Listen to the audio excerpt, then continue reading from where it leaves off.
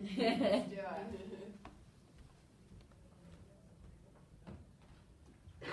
All right, we should be live. Thank you everybody for coming out. This panel and the events that we're doing today are part of the Siren Nation Festival, and Siren Nation is a local nonprofit that supports women in the arts, and we create discussion, exhibition, and performance opportunities and generally encourage networking among women in the arts. If you're curious about our organization or any of the fabulous speakers that we have on the Wide World of Weed panel, we have at the back of the room, if you didn't grab one on your way in, on your way out, grab a festival program, and we have a flyer listing all the speakers' bios and websites and everything so you can figure out where to find them online later. And with that, I'm going to turn it over to Samantha, our wonderful moderator. Yes, thank you. Hello, everybody. Welcome. I am so stoked to be here. This is my third year at Siren Nation moderating this panel after they introduced this, and I think it's just so special. Welcome to the 12th annual Siren Nation Festival.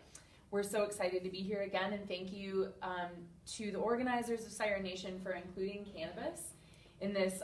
Women in the Arts includes cannabis. I think the arts include cannabis in general, and navigating a brand new multi-billion-dollar industry is an art in itself. So this new multi-billion-dollar industry has paved the way for many female entrepreneurs and minorities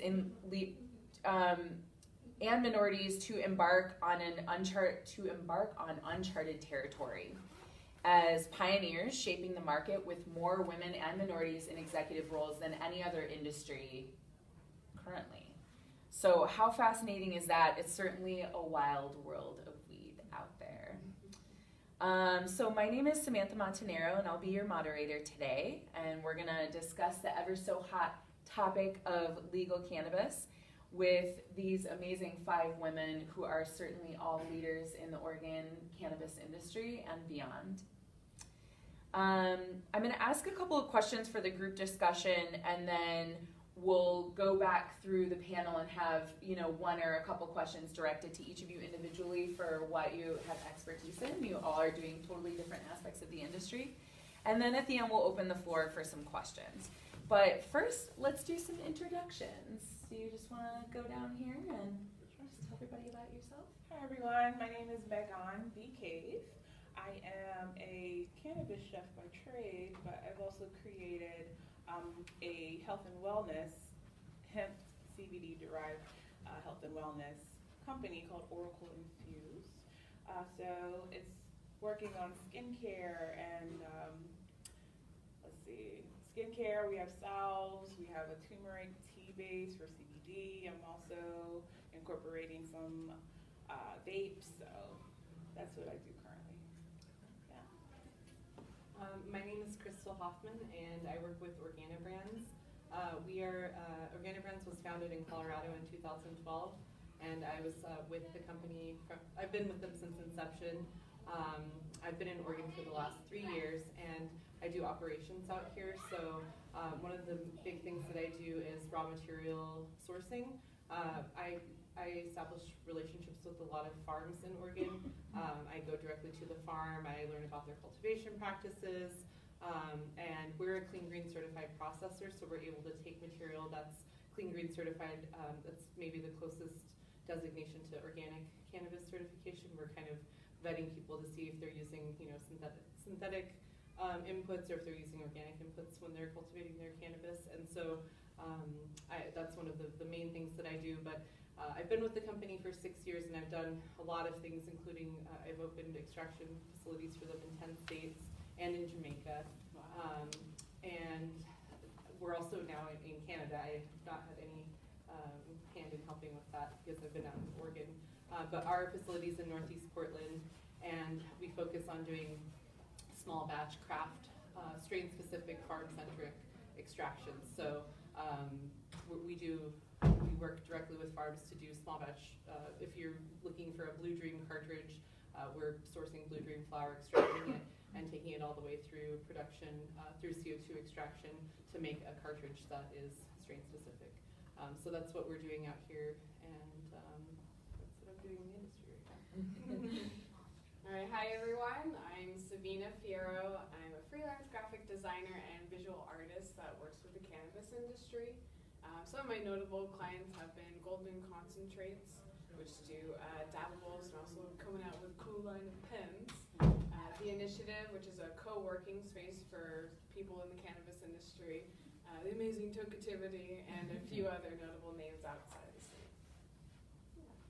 Hi everyone, my name is Chasen. I am a cannabis educator and consultant, co-founder of Eminent Consulting, and my mission is really to guide and influence emerging cannabis businesses as well as existing cannabis businesses to carve out a more craft ethos, boutique-minded paradigm. I think that the industry right now is going through a lot of acquisition. There's a lot of big money coming in. It's American capitalism, so it's inevitable, but I want to do my part to make sure that the companies that do want to get it right, that do want to take care of the plants and the people, employ a more scientifically minded perspective for its consumers and be able to deliver that in a way that's accessible and digestible for all demographics. I support them in that. Hi, my name is Aminah Leary. I am currently a budtender at Pharma and have championed sort of restorative justice, or very passionate, I guess I should say, about social justice and restorative justice with regard to Black people and people of color in the cannabis space. Thank you so much for being here, everybody. A little bit about me. I'm Samantha Montanero, and I am the founder of Prism House, which is a cannabis events and graphic design company. And I am the co-founder and COO of Tokeativity. This is my business partner, Lisa, here, and the founder and CEO. And Tokeativity is the global cannabis community for women. We work to empower women at the root level and forward the normalization of cannabis. We host in-person and online events in now 4 states, soon to be many more. We're working on our first chapter outside of the country in South Africa. And we host everything from panels and workshops to socials, Canamamas events, all kinds of different things to stimulate conversation. And I really truly believe that women in cannabis together are creating really massive change in our world on a lot of different platforms, and it's just an exciting time to be a part of this movement. So let's dive into it here. I've started with this talking point every year, and I think it's like I'm gonna forever do this because it's really interesting to see. 3 years ago when we had this panel, Marijuana Business Daily reported that women made up 35% of cannabis executives. That number went down to 27% last year, and we should be getting an updated report soon, which has me wobbling at my knees a little bit in curiosity as big money comes in. Does this mean women are being driven out? And I think it's just a really interesting statistic because only 23% of senior managers in other industries are women, just 4.2% of CEO positions in Fortune 500 companies, and even less in the tech industry. So, I mean, this is fascinating to see that women have, upwards of 10% more executive roles in cannabis. And I just think that's interesting that that's happening. And as we've continued talking about this over the years, we have certainly identified that funding and capital and the knowledge to even discuss funding and capital and investment and business development are the barriers for women to maintaining those strong roles.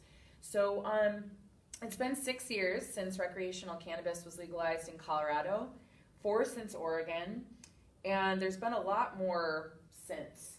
But the first question that we can just go down or pop in as you would like is, where are we at here, and what do you think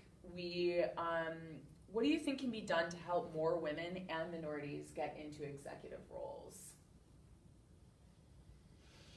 I think I'll just jump off of this. Mm-hmm.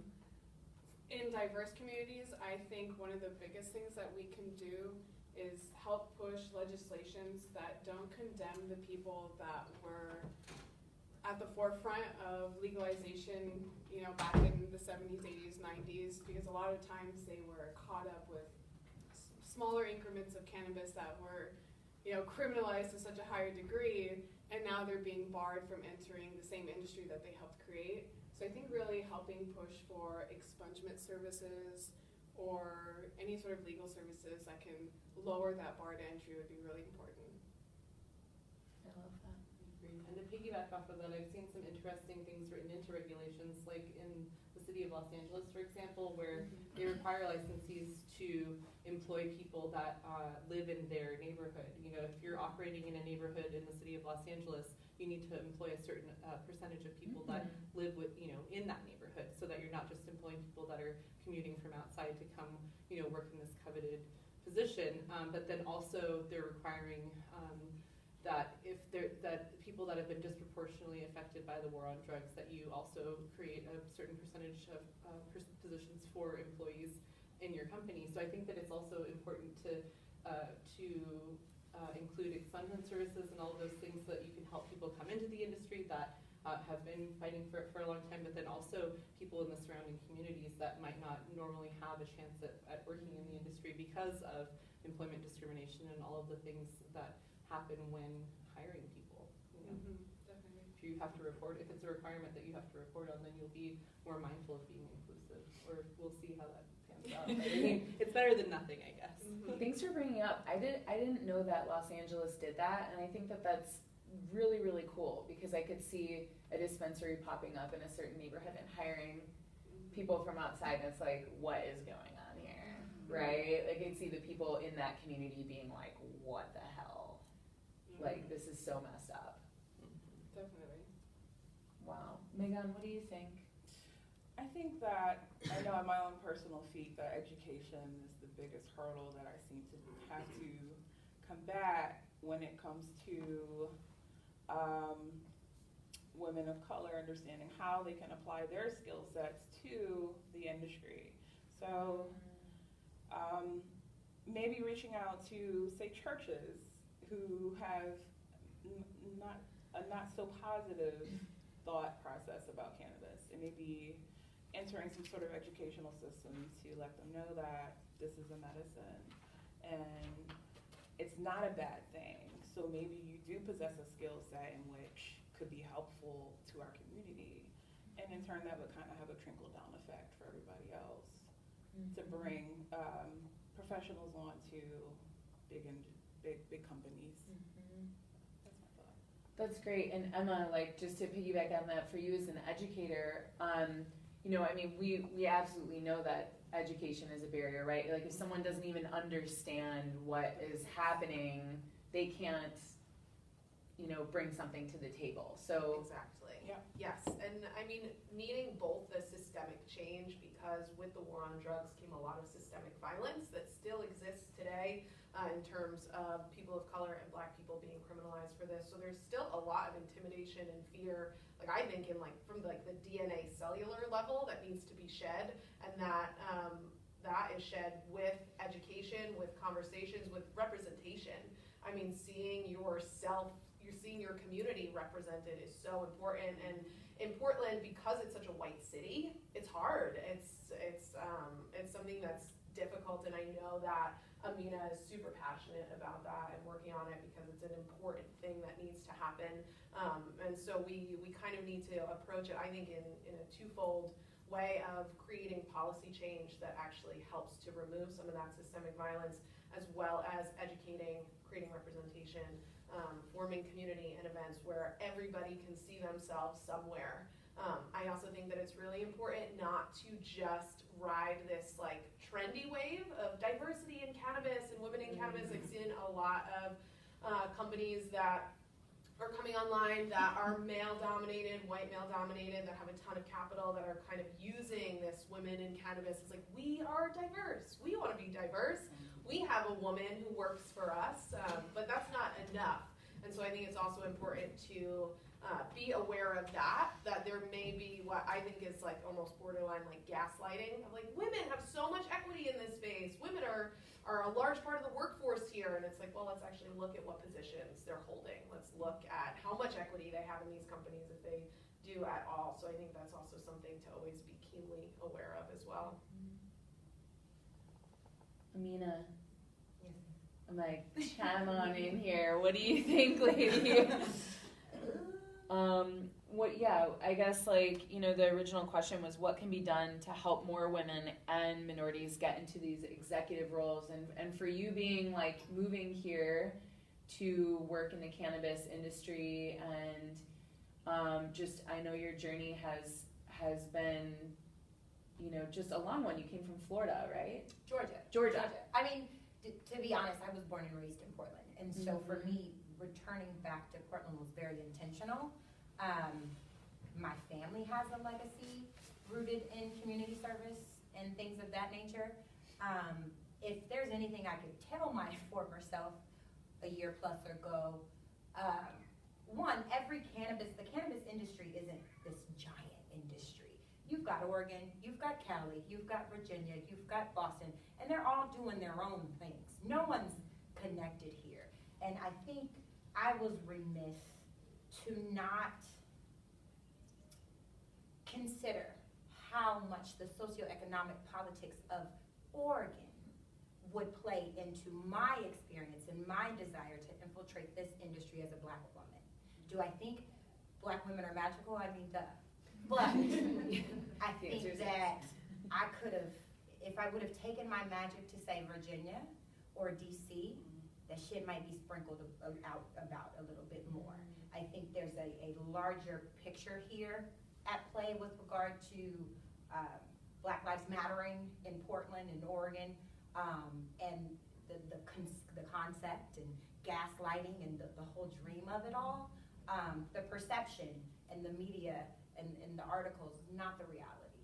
And until we create a Black dollar here, a socioeconomic presence as Black people here in this place of Oregon, whether you're in coffee, beer, or cannabis, it doesn't matter. And that's a very harsh reality, I think, for myself.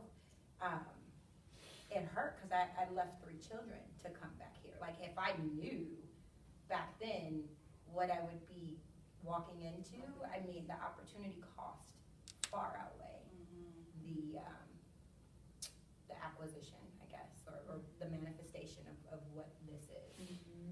Has it been a telling journey? Have I learned? Have I grown? Can I find reasons to love it? Absolutely. Do I think we have a long way to go before we reach this magical utopia where, diversity is a reality here in Portland? I mean, yeah, we're not there. It's cute, and that's what articles are written up talking about how diverse we are, but you got white women teaching African dance classes. This is not diverse, that's appropriation. That's where we are. And so I think we have a real responsibility to own the reality and stop perpetuating the perception. Yeah. I think there's so many well-meaning people here. We are notoriously, I think, a compassionate, this Portland specifically is people here want to see it. But I know for me, I moved here from Chicago, and then I learned the history of the state of Oregon, and it's when you learn the history of where we even are, you're like, oh, that's why this is the whitest city in the world, because it was literally not okay for Black people to be here if they weren't owned by someone.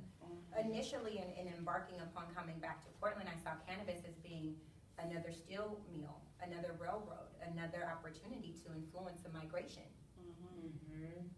No.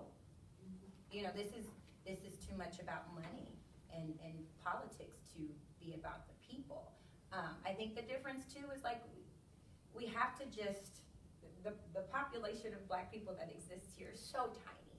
And so if we're just being honest, if we want to make Portland diverse, we have to create an opportunity intentionally that influences a migration. That's what we need. We don't need Black people coming here to work for Nike and Intel. We need Black people to come here to establish ownership, to establish a community and an economy, to be great and amazing. And so until people start writing checks to do that specifically, You're kind of just owning this little cute utopia of whiteness. Yeah. You know, and I would say to any black person who wants to be a part of this, don't choose Oregon. It's just not for you. And I don't say that with any shade. I just say that with, it's not designed for you to thrive. Mm-hmm. And that's just what it is. That's no like, that's just where we are. And then so until we start putting our money where our mouth is, this is what we are. And we have conversations like this all day long. Yeah, It's just we can do better for sure. Like I think for those of you who don't know, there's a percentage of tax dollars that is being allocated for minority-owned businesses for a grant program, and it's being organized through New Leaf, which is a nonprofit, and they're helping establish what that is. And I was, so excited when I saw this happening. Like again, for me coming from Chicago, which is an extremely diverse space, that it felt like the right thing to do. And then I found out that it was $500,000 of the like multiple millions and millions of dollars that are going on. It's like 500K. That's it's a really small chunk, and maybe some seed money can help, a black woman start a business, but like when the system itself isn't set up to support her, she's gonna run into the same barriers. It'll maybe be a little bit longer, like it'll be 6 months down the line, or whatever else. Well, and my concern too, like I'm super excited about New Leaf too, but at the end of the day, there aren't black people here. Like that's the difference, you know what I mean? Like so then here's what we have. We have a situation where Jewish becomes a popular minority box, and we check that quite often because we've got to give it to a minority. So it's like we've got to really start doing the diligent work of actually recruiting and making sure that we aren't just waiting for people to come find out about us. We've got to pull people in. There aren't enough of us here to sustain or create this imagery we're talking about. Like, we've got to go get them and say, hey, here's an opportunity. Be amazing, and we'll support you. There's money, There's honestly right now just kind of not even enough people to allocate it to before it's just the same.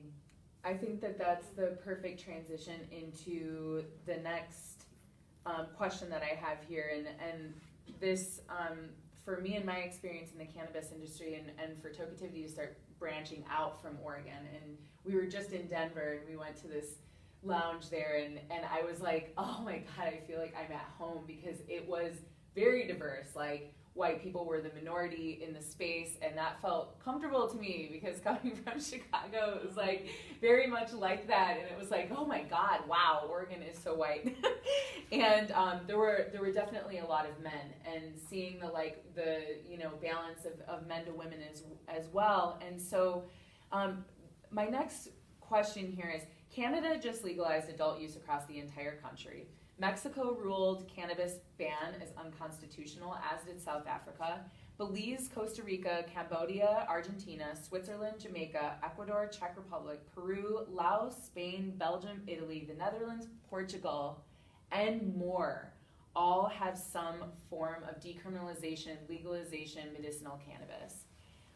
Let's talk about women's role in the global cannabis space, and what are some thoughts that we have on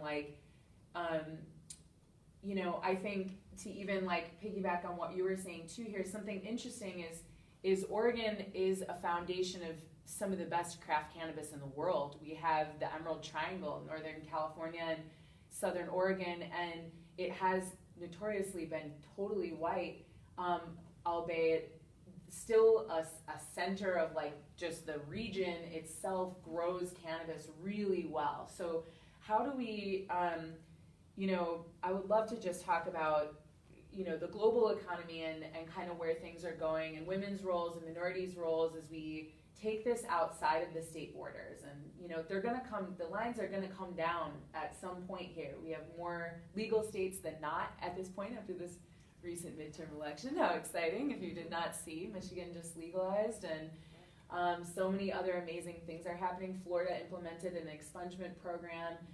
All sorts of stuff is happening in spaces that are much more diverse than here. So let's chat about the global space and what our role is. I'm really excited for the global economy. I think that it's already here, and unfortunately, as we usually are, the United States is falling behind in that sense. I mean, with Canada being the first G7 nation to federally legalize, they have a long way to go, but they can import to other countries. So they're exporting to Australia and New Zealand and Zimbabwe, and that kind of build out of that kind of operational department is happening, and that's going to be huge. That's going to pull in a ton of jobs, which is really exciting. I think that it's important, though, to notice who's getting into that space. So it's a lot of people who have done distro for craft beer, and that is white male dominated. I mean, that industry completely, the wholesale distribution industry is absolutely dominated by men, mostly white men. And so my kind of recommendation to women of color would be to start researching that, to start getting into that, talk to people, whoever you can find, you can think of, reach out and really start learning more of like distribution wholesale, because that's a really exciting place to look. That's a whole kind of build out of the cannabis industry that hasn't even happened yet, that will be absolutely crucial to the success of the industry, especially as we open up borders and we do engage in the global economy as it develops. That's an interesting thought about this like web, like thinking about wine or beer or chocolate or coffee, and how it's like what that map looks like of where it's coming from and where it goes. And thinking about that happening in cannabis is really exciting. Yeah, that, how does it go? How do you even weigh it out? How do you charge for it? Like all these things are going to need to get built, and we can look to other industries like steel and craft beer and wine and chocolate. But it's still, at the end of the day, needs to get built, and so why not be built by women? Why not have women have more of a hand in it rather than just letting it go the same way that it's always gone? I think that's even just an interesting thought of like what roles do women typically have in this space, and then what, as we move into this global space, like where can women take more leadership? So Crystal, you have probably the most experience of anybody on the panel here with like, you've been working in the industry for a really long time, and you've personally helped your brands, shift from medical to recreational. You've been in many states and countries as legalization has happened. What are your thoughts about women in the global space, and what can we do to just help more women, be in leadership as this happens? Sure. I find it very interesting, having been in different markets. One thing that we really need is kind of a standardization. The fact that, the company I work for is in 10 different states in the US, and every single one of them has different regulations. It makes it very difficult to do packaging or have a streamlined approach to anything other than your standard operating procedures. I think it's interesting. I'm very much looking forward to us being able to export internationally, and Oregon in particular it's the smallest market that I've worked in the US in terms of just being somewhere that I've helped with the transition from medical to recreational. But with that, I think if you can make a brand succeed in Oregon, it can succeed anywhere, because we are doing things that are craft and people, if you can create something that resonates with people in Oregon, when state lines open and you can export it anywhere, the possibilities are going to be endless. And I think it's going to open up a lot of opportunities for people that might not have opportunities in Oregon right now, because the market's so small. We have 4.2 million people in the entire state, and in Los Angeles, where I'm originally from, there's that many people in the Los Angeles metropolitan area, and so there's a lot less opportunity that comes with that. I think that there's a lot of interesting opportunities in cannabis touching businesses, but also in ancillary services such as consulting and event production and graphic design. I mean, there are a lot of things where you don't even have to touch the plant, where you don't have to wait for regulations to open up, that you can kind of tap into now. And it's interesting for me to see things like Tokeativity start in Oregon and then take off. That the model has been proven here, and now they're taking it to different markets, and I think that's very exciting. Cannabis event production, there's a need for that. There's not a lot of things that are happening that are fun to attend, and a lot of the conferences that I go to, I remember 5 years ago, you didn't see men in suits. I come from the commercial real estate industry, so I'm very much used to that. And it was very refreshing to me, like, oh, look, there's all these people, and there's different faces, and real estate people don't want to touch this because it's super illegal, and they're scared. And so now to see all of those people creeping in to the different shows, and MJ BizCon is in Vegas next week, and I know that's going to be like when I used to go to commercial real estate conferences in Vegas 10 years ago, just white men in suits everywhere, and they're like, they all want something from you, or they have money to invest in something or something to take from you. But I think that it's really cool to see the different opportunities. I mean, myself, as someone that's run facilities in multiple markets, I always try to find, there's different levels of employees. There's employees that are just there to get a paycheck and they just want to punch the clock and get and just leave, and that's fine. And then there's people that they want to learn more, they ask questions, they're inquisitive, they want more responsibilities. And as somebody that's in a management position, I always try to empower those people, like, hey, you care. Like, I'm always looking for people that care, that I can, help mentor. And I'm all about, our company as well as about promoting from within instead of hiring from without. So if I started as a budtender with my company 6 years ago, and now, I'm at a director level position, and I've done a lot of things multi-market for them. And it's because they've, helped coach me and mentor me, and then I'm happy that I get to pass that on to people that I work with as well. So I think it's really important for people that work in the cannabis industry to take people under their wing. Like, if you find someone that's interested, help cultivate that, whatever their passion is, and help empower them. And I know it sounds really feel good, but it has helped. It's something that I've, over the last 6 years with the company I've worked for, been able to help people that might have come to me working. They used to work at Taco Bell, and now they're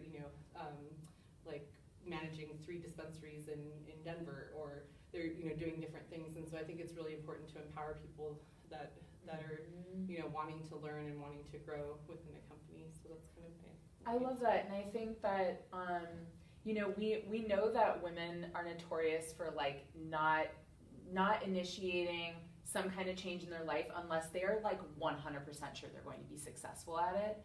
So maybe something that could be done, and just encouraged as a woman who is in leadership, and all the way to if you're working with people and talking to those guys that are in leadership, of giving more women opportunities, giving them the okay, or empowering them to be you care so much, you're going to be successful at this, give it a try.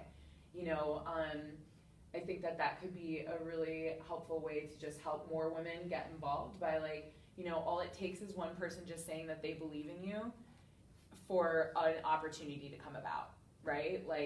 That's really all it takes. And I think it's up to all of us, to anybody who is in an empowered space, to be empowering people that you see show promise and have especially the right skill sets, which a lot of times are just a love of whatever it is. In this case, a love of cannabis can take you really far. I want to, for the sake of time, it's always we can talk about all of these things forever. I want to start going down some of these individual questions here. So Megon, I actually want to start with you because this kind of also ties in with the global market with CBD, and you're also expecting a child and have shown some interest in using CBD during the birthing process and some different things. And I have I'm just going to tell you all the questions I have, and then just do whatever talk about whatever you want. But how do ingested cannabinoids assist with wellness in our bodies? Can you talk about being a canna mama and in your comfort level with using cannabis during pregnancy? What are your favorite things about being a cannabis chef? And finally, and this might be a cool question to end with, is what is the easiest way for someone to get to know their preferred dosage with edibles? Okay. So that's a lot. Talk about whatever you want. I'm going to ask you to reiterate, but okay. Yeah, that's great. So I'll touch on being a canna mom. This would be my second child, and I did consume with the first child, but I wasn't as aware of what I was doing when I was consuming with the first child. And I've spoken to other canna moms, and the consecutive end result is that they end up with really intelligent children. So, which is good and bad, right? So yeah, my child reads very well. But with this one, so I incorporated cannabis as far as the first trimester to deal with migraines and nausea, which was pretty severe compared to the first pregnancy. Huge difference night and day.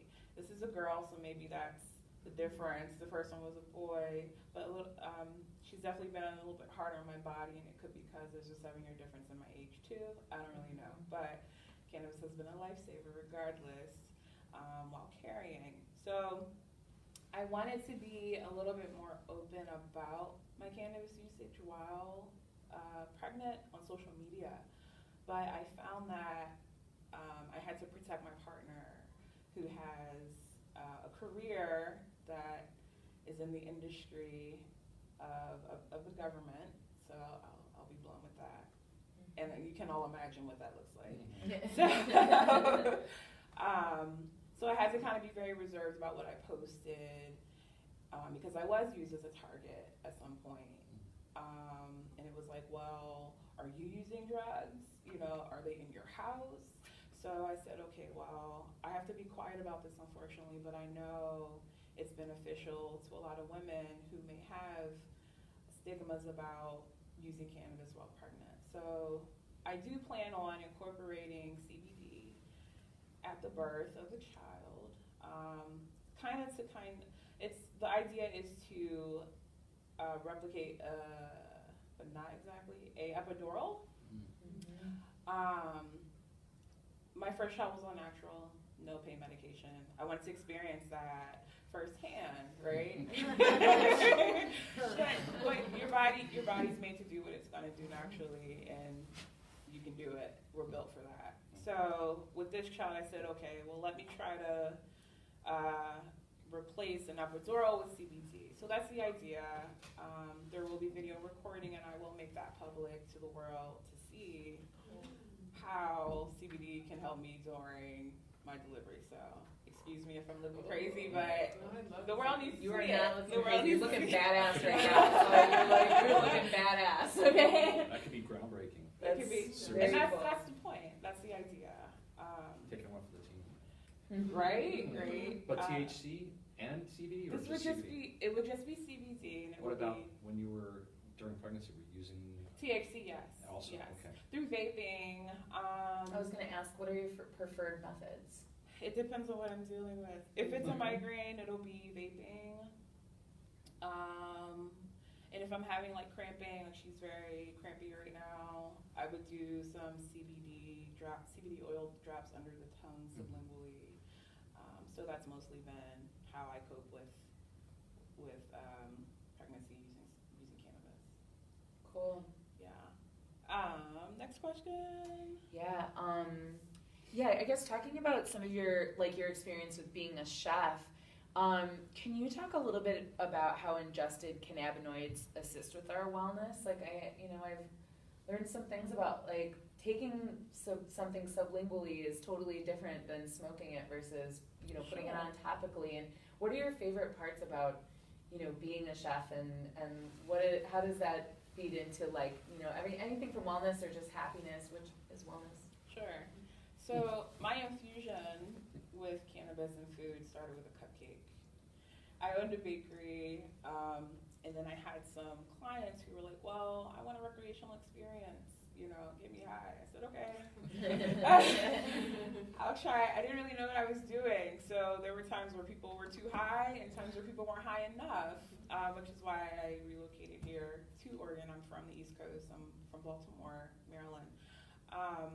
So it started with a cupcake, but in coming here and understanding how cannabinoids affect the endocannabinoid system, I said, okay, well, this is more than just a recreational experience.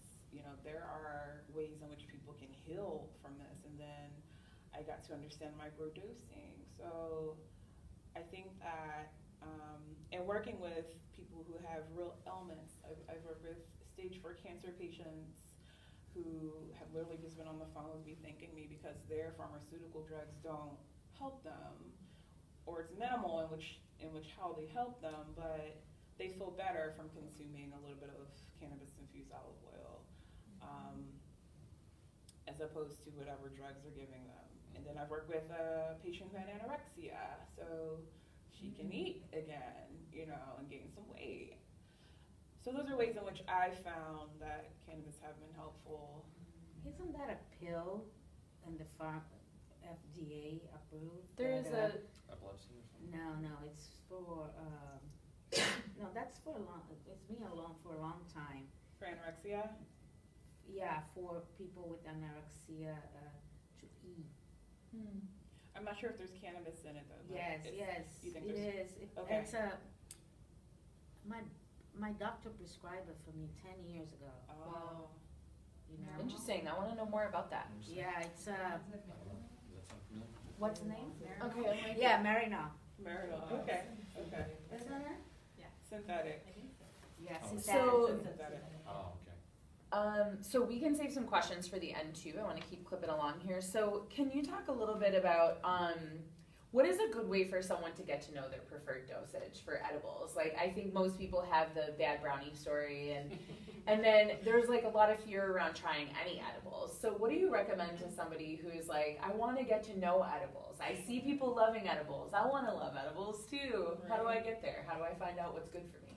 So find a product that works for your diet. I would say start there, whether it's sugar-free or just the oil that you like to put into your food.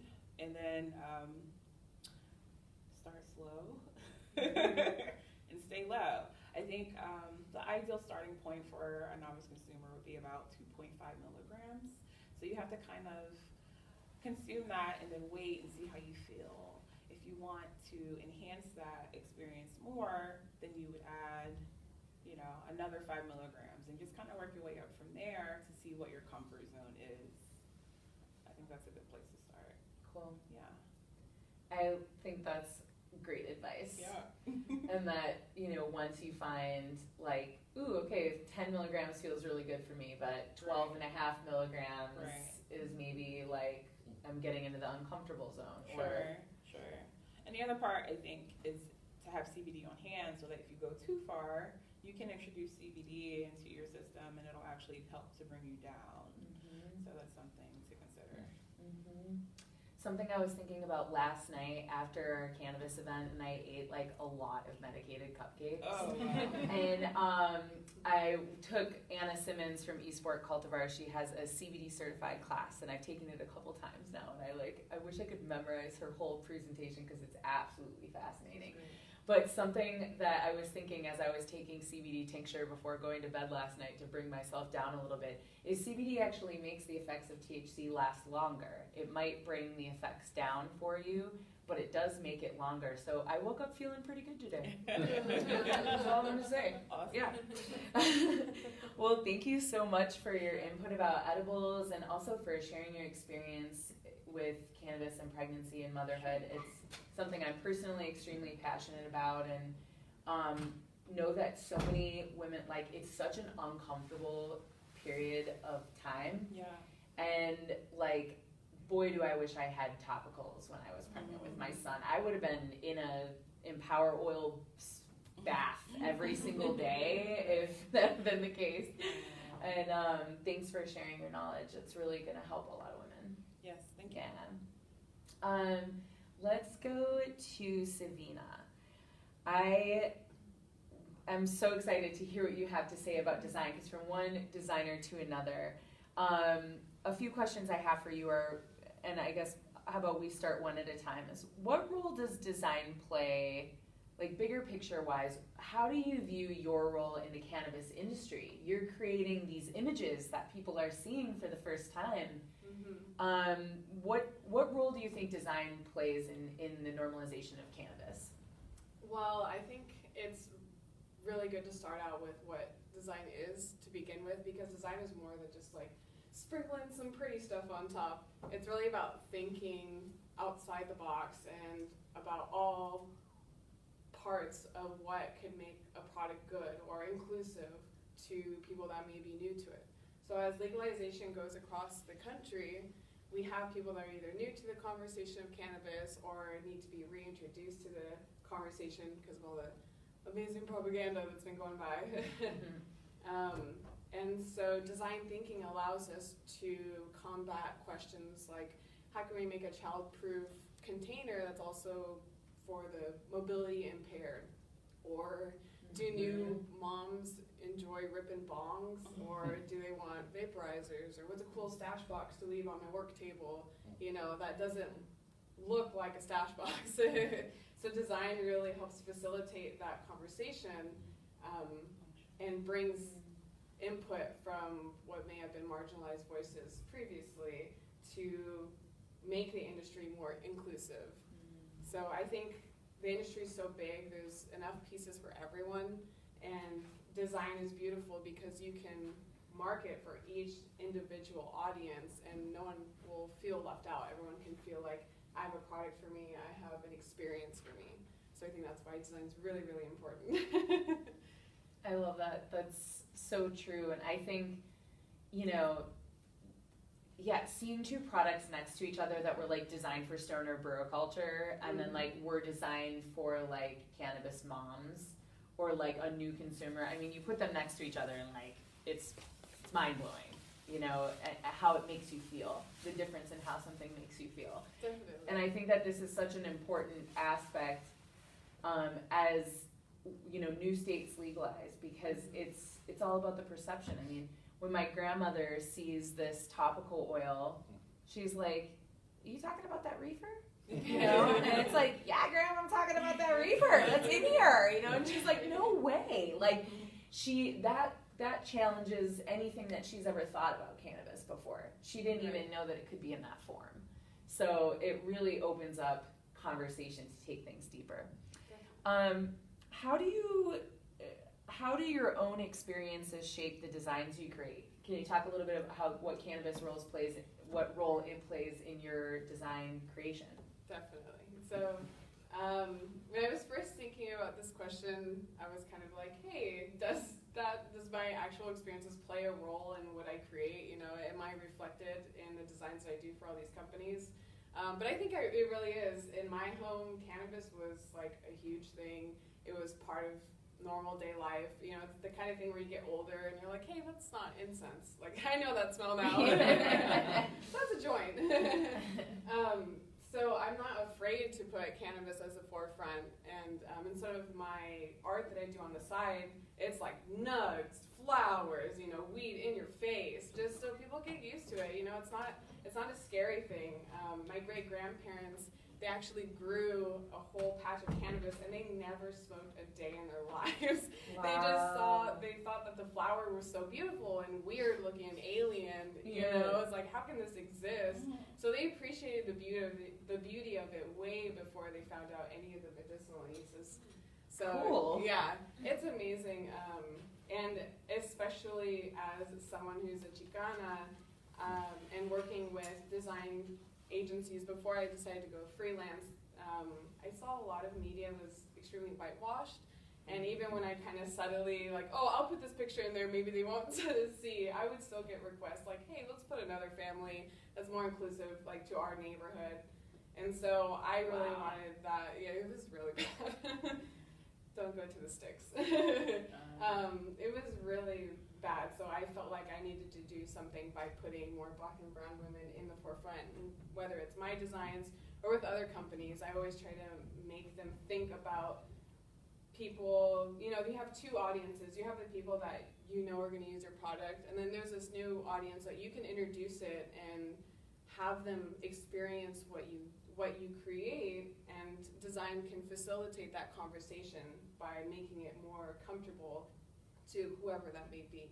Mm-hmm. So definitely a role in that. There's so much you know, like psychology plays such an interesting role in this. Like if you're not seeing your skin color or your gender or your style reflected in the marketing around something, we don't think it's for us. I mean, like, even just on a deep level, even if we're looking at something and it's like there's a woman on it, like, you know, I think there's a lot to be said about how we work from a psychology perspective, and that how important design is in this, and creating a different storyline for what something looks like as well. and I love your designs for that. I feel like you create a new storyline in what, truly what cannabis looks like in the way that women do interact with it. It's a very beautiful interaction. On one quick more question is, tell us about your experience transitioning from doing graphic design, for whatever, and I went through the same thing of doing graphic design for a, music school to, cannabis. doing like pound bags. That was like, that's the coolest thing I've designed so far. And I like have them, I'm like, I designed pound bags, Mom! It's so cool! So, Yeah, there definitely is a transition, which you wouldn't think. You're like, oh, I'm kind of just doing the same thing in a different realm, But initially, I designed for an agricultural software company. So I was like super techie, super... I had to cater to farmers, which are usually white men. And so after doing that so much, I decided to, I got fired, and then I decided that was my push into the freelance industry, and I really just wanted to appeal to cannabis companies. So I would associate my designs with cannabis a whole lot, but then it kind of ran away from me, and now it's like, Savina does cannabis designs. And so I just kind of continue this incorporation into my personal style and companies. And I think design in general, or art in general, is such a beautiful thing where you could find niches in just about every segment. And I decided cannabis was my fluffy, warm home that I wanted to stay in. I mean, talk about where else can you design like such a creative, abstract piece, instead of working for like PGA Golf or an agriculture industry where you have to put a tractor on everything and it's gotta have a dude with a trucker's hat. And with cannabis, I've just loved my clients because all of them, they've just been so open and so accepting and like, you know what you're doing, like just do it. And I find that my process, instead of it following someone's guidelines, is now more of, hey, let's have a conversation, tell me how you got into this, why you love doing it, what do you want to leave an impact on your community, and that's led the design of it all. So it's definitely a lot more organic, cool, free-spirited. I love it. Yay. Thank you. That's so interesting. Mm-hmm. Crystal, I am excited about what you had to say here because for those of you who do know cannabis, you know that cannabis extraction is its own wild world of weed. And for those of you who don't know much about extraction, it is like, it's mind-blowing. Cannabis can be extracted and turned into hundreds of thousands of different kinds of products. So Crystal, can you give us a quick overview of just like extraction and like what is the menu? Sure. What is the menu of options? So extraction employs different solvents to isolate or to remove the trichomes from the plant material, so the resin glands. So basically there's different solvents you can use, anywhere from water to CO2 to some people are using nitrogen to hydrocarbons like propane and butane.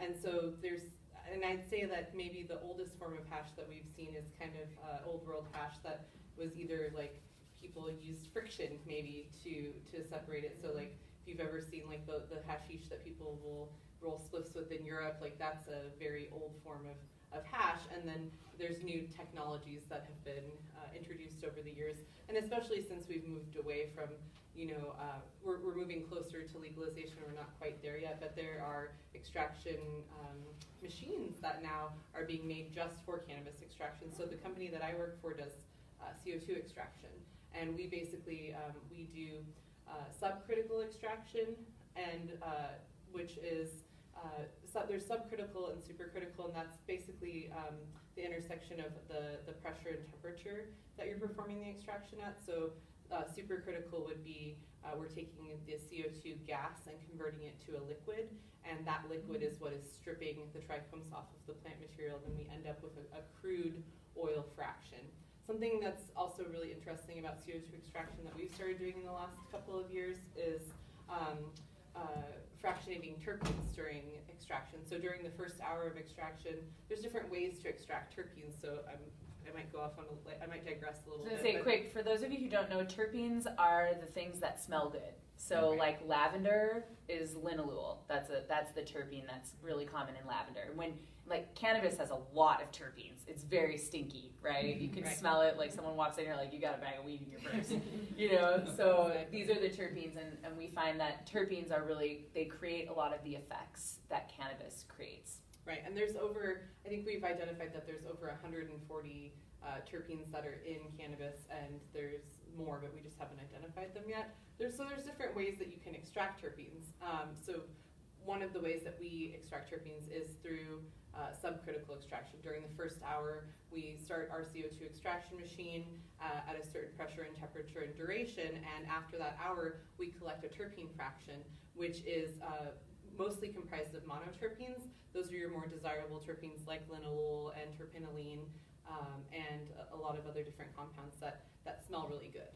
Once you add heat into the equation, you're left with sesquiterpenes that don't smell as good, they don't taste as good, they're the less desirable notes that you might find in cannabis or in any product in general that, you know, is an essential oil. But so extraction it's really interesting because you can do anything from working with fresh material in a hydrocarbon extraction basis to doing CO2 extraction requires that you work with dry material. I'd say the disadvantage to working with dry material is you lose 70% of the terpenes during the drying process. So there's definitely a trend towards doing cold terpene extraction using hydrocarbons, so with fresh plant material. That's how you're going to get the best representation of the plant. And so I work in the CO2 extraction world, and my sister, she's actually been in the cannabis industry a little bit longer than I have. She's my little sister too. And she does hydrocarbon extraction in Colorado, and so she takes, she is dynamic duo. Dynamic duo, I know. My brother works in a grow, so my dad's like, all of my kids work in weed. Proud daddy. Proud Good job, good job. Yeah, So, you did something right. Yeah. So it's interesting to see the different ways that cannabis extraction can occur. You know, whether you're at home using water, or you are doing something with butter where you're going to make an infused butter and you're decarbing your weed in the oven and you're using the butter as a method for extraction, you know what I mean? And then you filter it out. Everything kind of follows the same progression in terms of like extracting a crude material, filtering out the plant waxes, and then ending up with an end product that you can then put into all of these different things. So yeah, I mean, I think it's very interesting, all of the different modalities, and there's even like ultrasonic extraction and different things that using vibration to extract cannabinoids. So I'm always like learning about new things, and I find them very interesting. One thing, also, I'll save that for because I don't want to jump questions. Yeah. For those of you who are not familiar, I think a quick snapshot of things that you're going to see on the shelf that are extractions. We have like the vape cartridges, which attach to a battery, and that's just, you know, a little vape pen. There's the waxes, shatters, crumbles, like live resin. There's a lot of different kinds of these extracted forms, and it often looks like a little pile of goo or a slab of, you know, it almost looks like hard candy or something like that, and those are consumed through a heated rig that you can smoke. Extractions include edibles, tinctures. There's so many ways to do this, and it seems there's new products constantly coming out. There's like diamonds. What is this, like diamond things? I'm like, oh, come on. What is this? You know, what is this? I'm like, just give me the weed. Just give me the weed.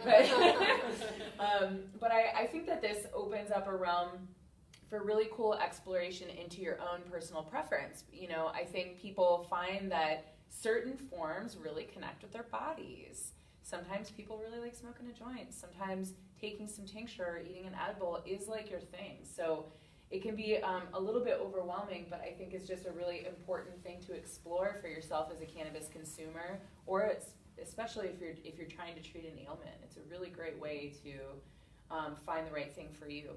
So trust in the brands and products we consume is uber important, and as the normalization of cannabis continues, what can you advise consumers to look for in extract companies and labs to know that they can trust what they're saying? Oh, Aminah has some. Your Instagram feed timed out. I don't know if you want to restart. Thank you. I didn't want to just get up and like. Take care of this. Thank you. Oh, thank you. I think that's a really great question because I've noticed that, especially in Oregon, where we're very hyper-conscious about what we're putting, a lot of people are hyper-conscious about what they're putting into their bodies. I like to be able to pick up my bottle of kombucha and see all of the ingredients in it. I think there's a problem with truth in advertising, especially when it comes to extracts and concentrates on the market, and vape pens as well. There's a really good article that came out in this month's issue of the Cannabis Business Times called The Great Terpene Swindle. It's by Kenneth Morrow. He's one of my really good friends, and he's my sister's mentor in extraction. And he kind of outlines, he has the unabridged version is on the Trichome Technologies Facebook page, but the condensed article is in Cannabis Business Times. And it's really good because he talks about how there are different grades of terpenes going into products. So you have food-derived terpenes, okay, and those are taken from flowers and from fruits. And like lemon. Like lemon. Lemon is extracted and added into a vape pen. Exactly, and then but what you have in that is there are people that are mimicking strains. I'm not knocking anyone's approach. I think it's just important. Education is key, right? So it's like you're consciously saying, I want this food-grade terpene mix vape pen, and I want to consume that, but people are calling something maybe strawberry cough, for example, and what it is food-grade terpenes that they've modeled after the strawberry cough terpene profile. Well, there's no way we can ever completely mimic that. It's a plant. There's magic in there that we don't even know about yet. There are terpenes we haven't identified, and so I think that there should be truth in advertising. You shouldn't be able to call something strawberry cough if it's not derived from cannabis. So there's non-cannabis derived terpenes and flavorings. So it's important to know that, and there's a lot of tricky marketing that I've seen. I mean, I've had companies that call me and say, hey, I have cannabis terpenes or cannabis derived terpenes, or the funny language that they use is it's tricky, and even me, someone that's been doing this for a long time, I've almost gotten taken a couple of times. They're like, yeah, they're cannabis terpenes, and look, we have a tangy, and I'm like, oh, tangy, that's great, and I get a sample and I smell it, and I'm like, is this cannabis-derived terpenes? Tangerine. And they're like, oh, it's plant-derived, but it's like to mimic the cannabis, and that's cool. Like there's different strokes for different folks, but I think that there should be truth in advertising. It should be on a package. So as a consumer, like you should, ask those questions and kind of try to find out the process and how does a company make things. And I think it's important, like what Emma's doing. She's working. She wants to work with companies that have integrity in what they do and that have transparency in what they do. And so, the company that I work for, we don't, if we have a product that's flavored, we will not say that it has cannabis-derived terpenes in it. Part of us being a good thing as a consumer, if you see a Clean Green certified extract on the market, you're not allowed to use that designation unless it is a pure cannabis product. If it has any additives that are not cannabis, you're not allowed to use the Clean Green certification. So like for us as a Clean Green certified processor, we get small batches of, I get actual tangy from Ananda Farms in Williams, Oregon, and I extract it. I isolate the terpenes during extraction, set those aside, take the oil through refinement and distillation, and then reintroduce those terpenes back in, and then that's tangy from Ananda Farms. So that's for the customer that's looking for an actual strain-specific experience as opposed to something that's modeled after cannabis. So I think that's really interesting, and I would recommend people to read that article, especially if you just want to learn more about terpenes in general. It's called The Great Terpene Swindle.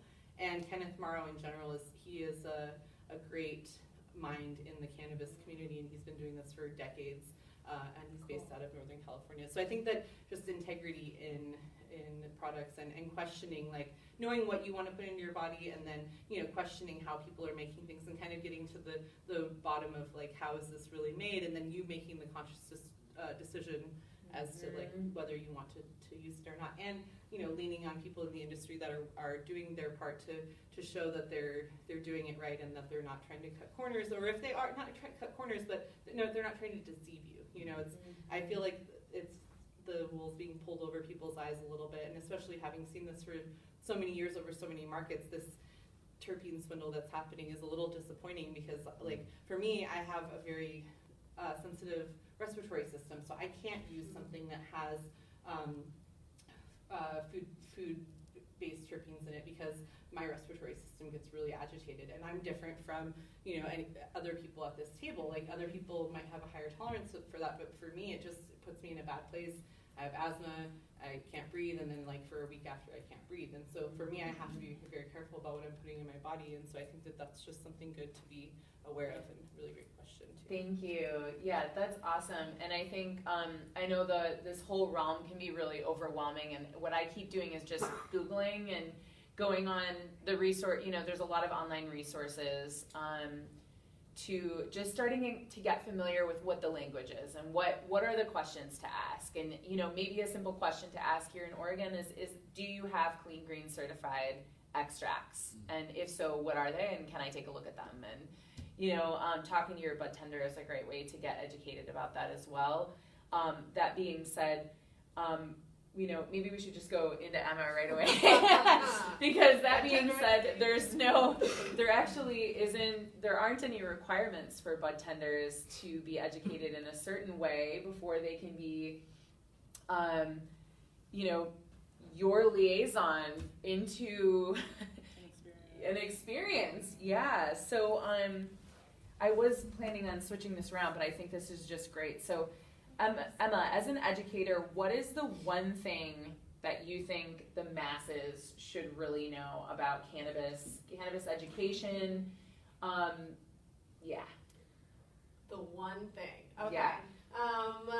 So, as Sam mentioned, there is no kind of comprehensive standard for education in the space at all. And so what we're seeing is that doctors aren't educated around cannabis because less than 5% of medical schools teach the endocannabinoid receptor system. So even if they want to know about it, they just don't. They've never been taught it. And so people who are sick, people who just are curious about cannabis are going to the budtender as the one reliable source of cannabis information. And there is no kind of standard for education in regards to budtending. A lot of shops, dispensaries do not employ a rigorous training program whatsoever. If they do, it's around more compliance and security. We're not really talking to budtenders about the fundamentals of cannabis science, about how to look at compounds like cannabinoids and terpenes, about how to talk about product vendor information in regards to organics and processing and how these products were made, if they were made ethically, if the company is supporting their workers with fair wages. That is not taught by large and wide in this industry to budtenders, and so they are acting as the crucial link between the entire industry behind them and also interfacing with these consumers who are asking questions. And what it leads to is a lot of misinformation, a lot of spread of misinformation, because while there are a lot of online resources popping up now around cannabis, it is so important to investigate the source. And I think that this is the one thing that I'll share in terms of educating yourself around cannabis. Investigate the source of everything. If it's an article online, scroll all the way down to the bottom, see who sponsored that article, who was the one who paid for that article. If you're investigating a product, and even if your budtender tells you about the product and you're not quite sure, let's say CO2 oil in vape cartridges, as Crystal mentioned, I mean, those food-derived, those synthetic terpenes, there is research to suggest that when you heat those and inhale them, they turn to benzene, which is a common cancer-causing compound that you never want to inhale. There are also other additives that go into it, like something called propylene glycol that just helps to thin the oil. Also, when heated and inhaled, very detrimental to the system. And so even if you have a conversation with a budtender that tells you, yes, this product's amazing, it's great, it's named bubblegum, it tastes like bubblegum, isn't that awesome? Go online and research the company, reach out to the company. In my experience, companies that are doing it right, that do have integrity, like Crystal's company that she works for, they will engage with you if you ask these questions of where does your source material come from? Do you source material that's coming from farms that are employing organic practices? Pesticides are also a big problem when we talk concentrates, when we talk flower in general. A lot of the research that we have around pesticides is in regards to their digestion. And the digestive system, the liver, is awesome. It filters out a ton of shit that we put into our bodies. It's different when you heat these compounds and you're inhaling them. A common example that I use is a pesticide called myclobutanil that California's had problems with. Colorado, Washington. In 2017, 83% of California's crop had this pesticide. This pesticide is quote unquote fine when you ingest it. It turns into cyanide when you heat it. And so people were inhaling cyanide, have been inhaling cyanide for a while. And so talk to the companies, investigate the source. If you are online, like I said, reading an article, engaging with information that somebody is preaching, reach out to them.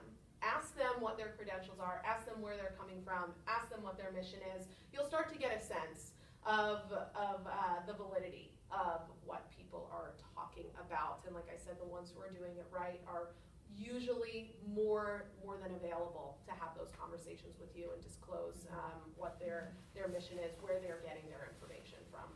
That's great advice. I really appreciate that. I am so allergic to some pesticides, and when we were just in Colorado, by the end of it, I could not touch the product. I would, if I would take a puff off of a joint, I would instantly start sneezing and have a full-blown allergic reaction, hives, my face blowing up. And where does Oregon sit on the scale of with pesticides? I mean, I'm under the impression that we're kind of a leader in that department, right? Of Definitely. Having more Yes. on the list than any other state. Yes, I don't know if we're more than any other state at this point, but we do have quite rigorous pesticide standards, pesticide testing standards, which is good. I mean, just in the way that Oregon is kind of model for craft industry. We do craft the best here, craft beer, craft wine, why not craft cannabis. We are also a model for how we're going to test for this, and yeah, I was really proud to see through the OHA to the OLCC regulatory transition that we employed some pretty rigorous pesticide testing standards.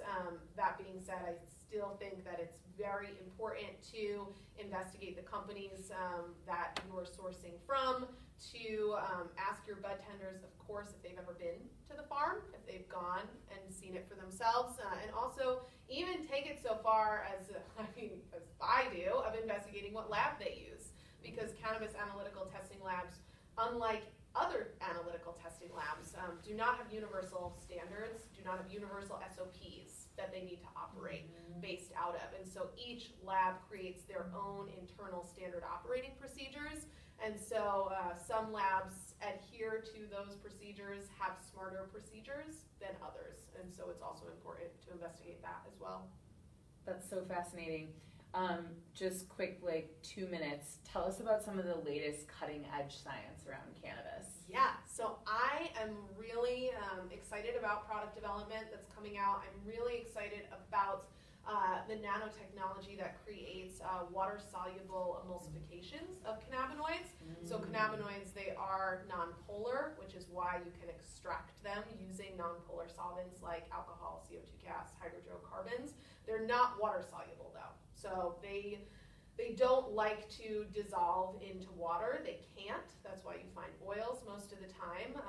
And when you ingest them, if you ingest something that is a nonpolar compound, it's going to go through something called first pass metabolism, which goes through your liver, and actually your liver filter out quite a large percentage of those cannabinoids, those fat soluble cannabinoids. If you have water solubility, however, it can bypass the first pass metabolism, leading to much greater bioavailability through your digestive system, which is really exciting for people who do need high dose oral ingestion of cannabinoids. It can also lead to products, and I got to have a sneak peek of a really exciting product when I was up in Canada that employs a nano-emulsified THC powder that then goes into an inhaler device that is like actually an inhaler. There are some inhalers on the market that are not like pharmaceutical inhalers that will deliver water-soluble vapor right to the back of your throat that immediately gets uptaken through the mucous membrane, which is really exciting as well. Wow. Yeah, so a lot of like smarter dosage too. Yeah. That's what's so important when we talk about cannabis, talking about dosage and having products that deliver those measured doses consistently. That is really exciting. Yeah, it's I super think cool. that's something that a lot of like people just deal with, and it has like been a negative thing with cannabis, is it's just so vast and it's so hard to pin down what your personal experience is. You think you get a handle on it, and then you go to your friend's house and have that cupcake or whatever, and you're like, I don't know what I'm doing, you know? Yeah. So that's really exciting. Yeah. Cool. I love it. Thank you. Aminah, I'm so glad that you're here today, and we're going to end with you, and then we'll open it up for questions. And I think that this is a really amazing discussion to have, and I can't wait to hear from you. Some of the questions that I have are, what are some of your experiences of being a woman of color working in the cannabis industry here? And just talking a little bit deeper, like we talked earlier, about what else can we be doing to ensure that minorities have a place. I think, like, I myself, myself included, there's so many people that really want to help, like really are like truly dedicated to helping this move forward and want to create equity, but I think a lot of people just don't know what to do. And, how can we build equity inclusion into the cannabis industry in a more powerful way without, for a lot of women or minorities that are fighting for this, we're already starting from a starting line that's behind these, the white male-dominated industry. So like, how can I as a white woman do more, and yeah, answer all those questions, please. In 10 minutes.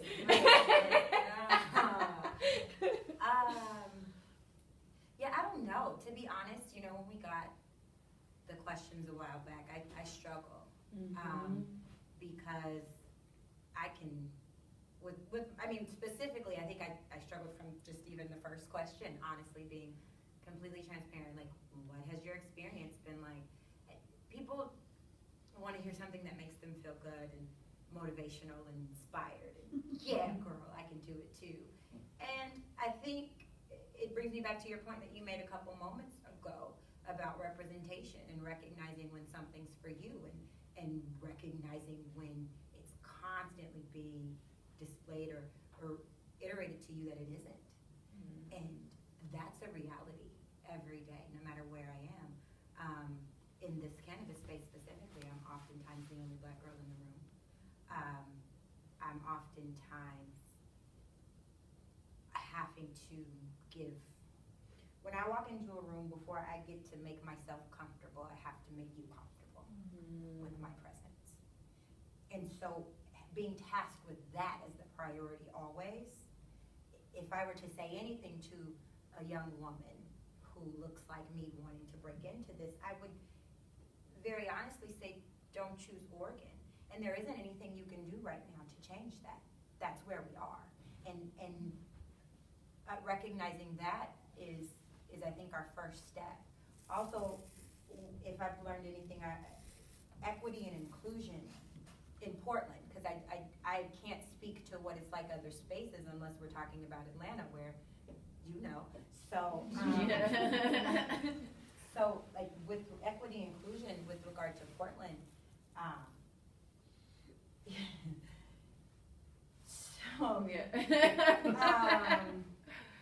yeah, I think white people got to get uncomfortable. White people got to stop being scared. White people got to start putting their money where their mouth is. And that's it. It doesn't get deeper than that. Stop being so white.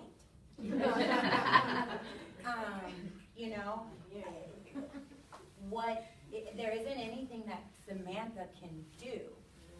Even if you wanted to, there isn't a black official you can elect. There isn't a politician who looks like me, who are championing the same issues or making strides that you can say, yeah, I'm going to give my money to support that person. It's not going to change until Oregon changes. My experience as a Black woman in this cannabis space is heavily contingent upon the fact that my experience has been in Oregon.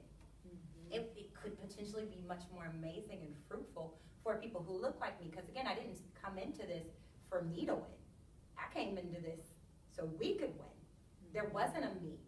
And I was like, well, somebody's got to step into that space and open that door to be able to bring others in.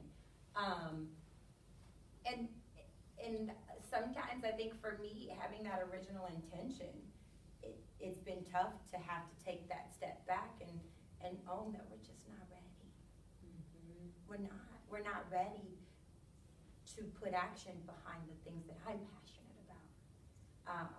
We are definitely too focused on money and science to care about the people. And until our fascination with all things cannabis and money, financially and scientifically, are kind of tempered in a way, we won't be able to truly prioritize the people. I mean, oh God, I could give no, for real, like I tremble at like giving examples and specific examples, because the other reality that I live is I'm often the only Black girl wearing the t-shirt, chanting the sign, pumping the fist. And it's easy to mute her as emotional and angry and Black. And then it's done. So a lot of my strides I've taken just on the chin, because that's what you do. You take it to the chin. But this journey has been, it's been tough, for lack of a better term. It's been fun, and it's been magical, and it's been foo-foo, and it's been all of those things that everyone writes articles about too. But when you really in this thing, to be in this thing and be in it for the culture, not to be in it for the culture, that's a whole different type of hat you wear. And I don't know that there's anything you can do right now to impact that, or champion that, or what have you. I think it's going to require a political revolution like Portland has never seen. Like maybe Tressa Rayford for mayor in 2020 might be a good step in the right direction. If you don't know who she is a Black woman who's a cannabis activist as well, who's running for mayor in 2020. Indeed, but what we're gonna need is we're gonna need someone who, in order to get a Black mayor, you have to have Black funds. Because as long as politics is money. Campaigns cost money. Issues, ballots, those are checks. Until you create a Black dollar here, imagine if Micah Camden was a Black woman. If Little Big Burger, Blue Star, Super Deluxe, and all the other bougie restaurants he owns that nobody knows about was a Black woman. And he was signing checks to fund whatever. That would be a very different Portland. Yeah. We need more Micah Camdens who look like me, writing checks to fuel campaigns for people who look like me. That's it. It's gonna, we have to create an economic change and really create a Black dollar to give way to a Black voice, to give way to Black Lives Mattering. And until those changes happen, we're gonna be here, and we'll offer up our tokens every once in a while, because that works. Ask me how I know. Thank you. I really appreciate your input and insight into this. And I think a question that I've heard a lot of people asking, especially lately here in Portland, and I've heard this from a lot of the Black communities here, is they're afraid to get involved in the cannabis industry for a lot of different reasons, and also just kind of like, here we go, here's another thing that's just going to be whitewashed and already is, and it's like we've already lost, and why am I even going to do this? So a lot of people are asking, the question of like, you know, how can we change that? And I think that it's no easy task. It's a really heavy lift. Mm-hmm. But it starts with conversations like these that can feel a little bit uncomfortable. And like, you know, I find going to those vulnerable and uncomfortable spaces, it's like where the growth happens, right? Like there's that quote, it's like the wound is where the light comes in. And it's like going to that uncomfortable space and having that conversation. You find the more that you start to have them, the more that starts to actually creep in on a deeper level that in any case helps individuals, you know, move further in their life. I disagree. I mean, I agree if we weren't here. You see what I'm saying? I think if we were sitting at a table, Chicago, where is it? If we were sitting at a table in Chicago, girl, we could have this conversation all day. We're in Portland. This is rich, this is white, this is racist. And it's deep. And it extends long before. This is about money. Yeah. And nothing is going to change this but the dollar. And that's cool. So I would say, like, young black girl, come be amazing. Get you some money. Yeah. Start a business. For real. Create ownership. Recruit other bomb black girls and people to come be a part of that. Build your tribe. Build your tribe from the bag. From the bag up. Build it. Create that voice. Because people, you can't ignore money. You can't ignore money. So until you create that bag, none of that's gonna matter. We are in Portland, where the homeless crisis, if it ain't taught us nothing else, poor white people don't matter here. So baby, come on. Until you, oh, that's cute, that's cool. I have 3 children. My oldest daughter is gorgeous and chocolate and amazing and magical. And she lives in Georgia, where she walks out the porch and a Confederate flag greets her every day. Every day. I would keep her there, walking past that flag every day of her life before I move her to Oregon. So she can be the only black girl in the room questioning everything about herself that makes her amazing. I will not. Until we create that money, to create that balance, to create that representation, this is what we will be. And so for me, I get it. Like the shit I'm talking is not gonna be tangible for generations. That's cool. That's cool. It was 1950 something before being black was even legal here. It's cool. We got ways. Like it takes organs always last. You know, to catch on, and that's just where we are. So I don't think there's anything we can do. Like, well, all we do is have conversations here in Oregon. That's why you have Black Lives Matter sign all up and through Northeast. When's the last child? You know how many Black Lives Matter signs are in windows where black people even had dinner at the dining room tables? They don't matter. And it's just the reality. It's not even from like no angry emotional place. It's just, these are facts. The truth. It's just facts. So it's not, we just gonna keep having these conversations until the money arrives. I personally believe we should stop having these conversations. That's it. Don't talk about it, be about it. Go get your bag, young black girl, do your thing, shout it. But white people are just pacifying themselves at this point, having these conversations. It's about making you feel good about not being so racist. Cool. But if we pull the sheets off that shit, it is what it is. The conversations got us here. It's just a time for action. I think from my experience, like I grew up in a white household in Wisconsin that didn't have these conversations. So for me, these are new conversations, and I think that that's important. It's about recognizing where I came from and then realizing how I can check myself to do better for my son, who is growing up as a white male.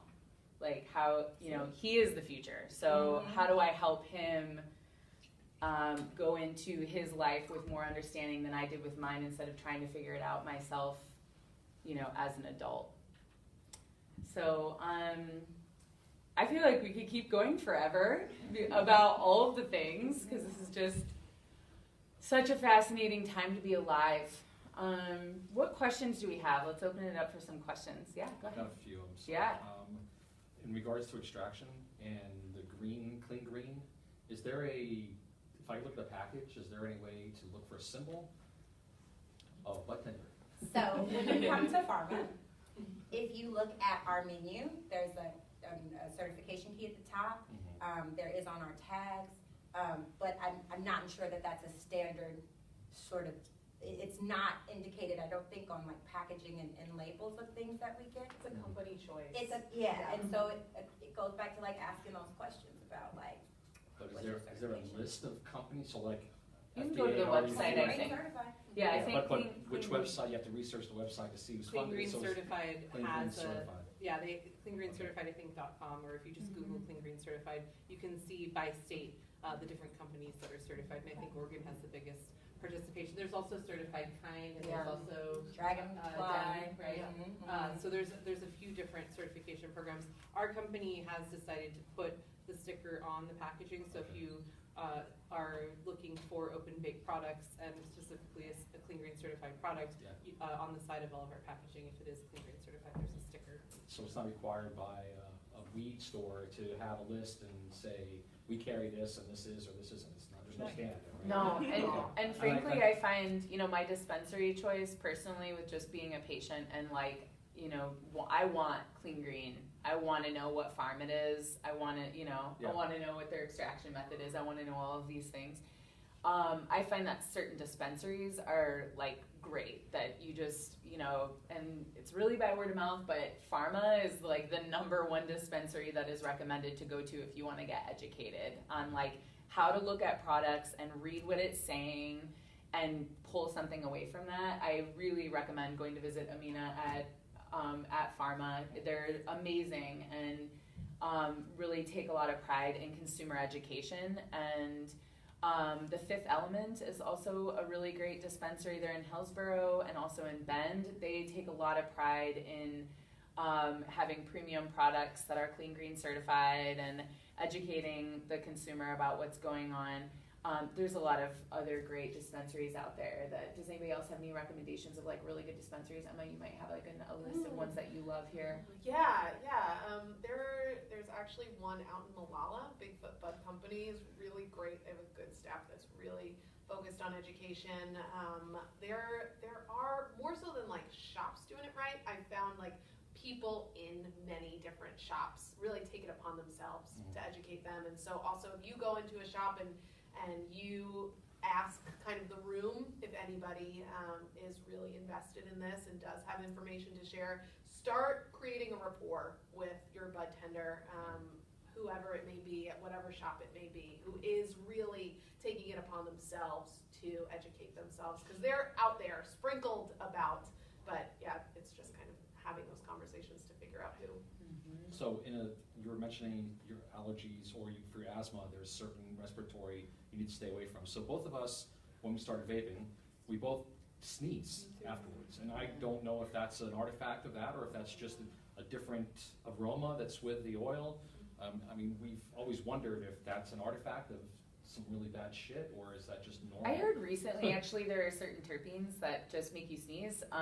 It's For kinda like example, the- beta-caryophyllene is black pepper, Yeah. which black pepper makes me sneeze. I actually had that the other day where I was like putting some on, I was like, what you know, I was like, whoa, geez, okay, that's like, I thought it was like a cartoon or something, but it's almost true. a knee-jerk reaction every time, like the first couple tokes, and then after that it doesn't happen again. It's like your system gets used to it. sometimes, So do you know that's anything through about your that? nose. You guys know anything about, is that? I can only speak from personal experience in the products that I've tried that I, might have something like propylene glycol in them, or they have, limonene added, for example, which is a terpene that's just produced, it's not a cannabis-derived terpene, it's plant-derived, but things like that they do make me sneeze, but that's just personal experience. But, to Sam's point, it can also be in the cannabis terpenes itself. It would really matter, like, what product you're using. I mean, it doesn't cause me any great concern, but it's just funky. It is Yeah. weird. It's never been, after smoking weed for whatever, 35, 40 years. Interesting I've never sneezed. But it's in a concentrated form now too, so Yeah. like your flower, which,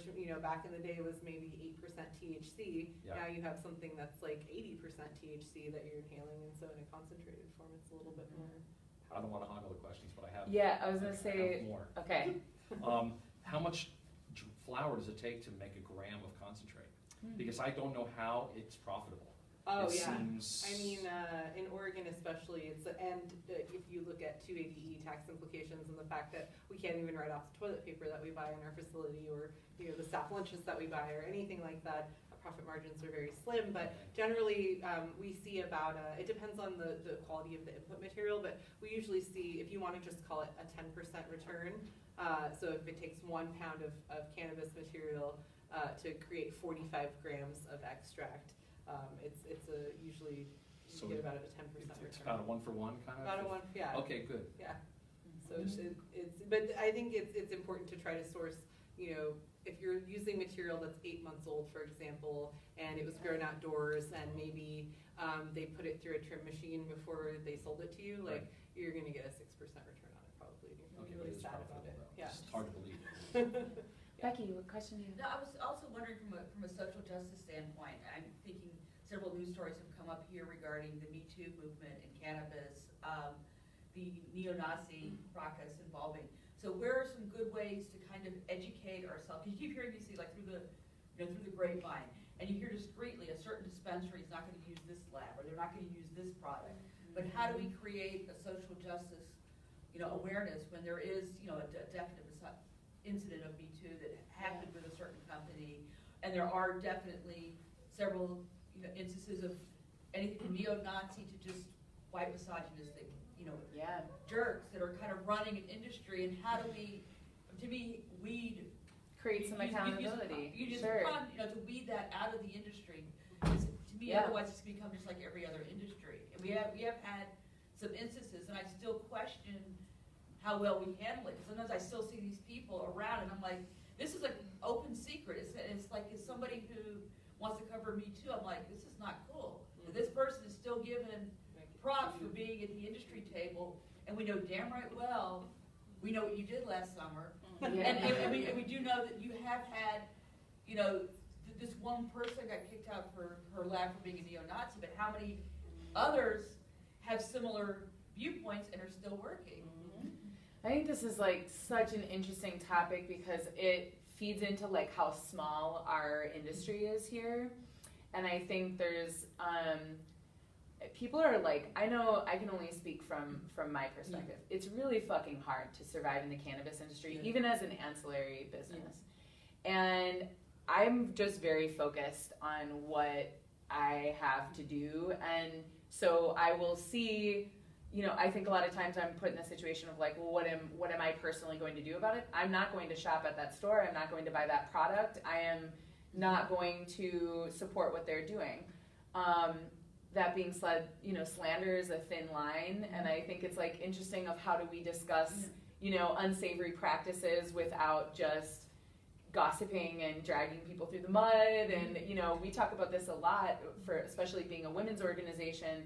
What do we do with these brands that have notoriously misogynistic people running them? What do we do with that? What do we do with that when they're the largest name, when they have the most money, when they have, so much going on and they want a partner? What do you do? And I think that's just a personal choice. I check in ethically with myself. I do not align myself with brands or companies that are not in alignment with what I believe. And I think it's just a very personal choice. And, it really is word of mouth. It is very much so word of mouth. It's a small space. I do take accountability for myself and my business, though. And I'm not interested in, publicly shaming anybody. But I am also not interested in supporting a brand that is notorious for doing something that I don't agree with. I am not going to support them. Yeah, I think it starts with just creating a culture of making it okay for women to share stories, which we're still not at just yet, in a way that isn't slander or libel, and in a way where you don't have to fear retaliation, because that's huge. Like, even if people do believe you, I think that there's still definitely, again, I'll speak from my own experience, the fear that, oh, well, this person is such a pillar in this industry and people believe him so much and he is known for so many great things that if I come in and I share my very uncomfortable experience that I had with him, well then who will believe me, who won't believe me, and what retaliation will I have to face because of that? And I just don't think that we're there yet as a community where it is safe enough or acceptable enough to share your stories like that without that fear. And as Sam was saying, I mean, it's hard enough to just run a business.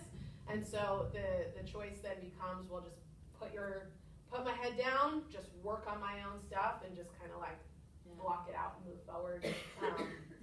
So yeah, we're It seeing sucks. it. It like sucks to be in that position to say that, but it's true. Like, my business will not survive if I don't do that. Like, I don't have time to, to like, I don't know, create some accountability for this jackass that is, harassing women at the workplace, other than to just tell women to not work there. If somebody asks me, hey, I heard about this dispensary, I'm thinking about applying for a job there, if I know that it's run by this woman is going to experience harassment, I'm not going to encourage them to get a job there. But I think it's really difficult to know what to do. Yeah, it's indicative of like our sociopathic patriarchal society from a macro perspective. Of course it would be then in like our own micro cannabis industry, and just like finding the people that you really do trust, creating those alliances where you do feel safe enough to share, so that at least like you can work on your own kind of internal, mental, emotional thing around it, I'd also say I have a friend that is an attorney. He does employment law, and he told me recently that in his view, like in any sector that he's ever worked in, that in the cannabis industry, sexual misconduct is unprecedented. And it's sad that I agree with him, because having been in this space in many markets over the past 6 years, I have experienced a lot of inappropriate advances from men in the cannabis industry, where if I was not a woman, that would not have happened. And coming from the commercial real estate industry, I left that space because I didn't like being treated as a sexual object. And so coming into the cannabis industry and having that permeate our culture has been really unsettling for me, because it's just a little disgusting. And so I think it is important to curate your community, be very conscious about who you're working with, and voting with your dollars. Like, I will not support brands that I know have bad actors, and I will not support people that I know are bad actors. Like, I just will distance myself from them. And if someone does ask me, privately, I'll tell them. But I'm not going to probably share it on social media, for example. But Yeah. it's a really interesting thing to have experienced over the last 6 years working in the cannabis industry. And sometimes it's like a little disgusting, because then I see those men out and about, and they're shining in the spotlight, and they're getting all these accolades, and it's like, Yeah, I see you. I can say, like, at Tokeativity, we really are trying to build a community of companies that, like, we ethically align with these companies that we're working with. And, if and when things happen down the road, then we deal with that at that time. But I know some other groups are working hard as well to bring good people together. We're pretty over time here, and I think that we can totally continue conversations after this, and I hope that this has been informational and helpful for you for whichever reason that you came to visit our panel, and for our live viewers online today. Thank you all so much for coming and supporting Siren Nation, first of all. This nonprofit that's supporting women in the arts is so uber important to just give women an amplified voice in Portland and in this space. And, by supporting organizations like Siren Nation, you're directly encouraging and supporting women, the arts, and the overall wellness and health of our community here in Portland. Each and every one of us has incredible power, and I hope that you can walk away from here with some of the things that you gained, and even plant a seed for some other type of empowerment in someone's life.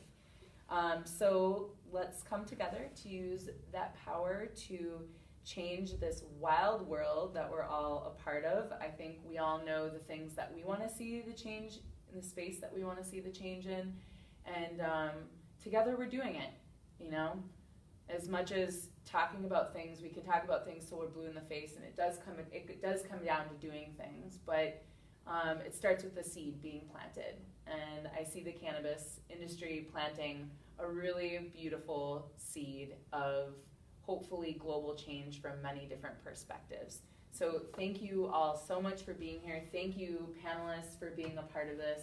It was really my honor to talk with you and to hear what you have to say and to have this discussion together. Thank you. I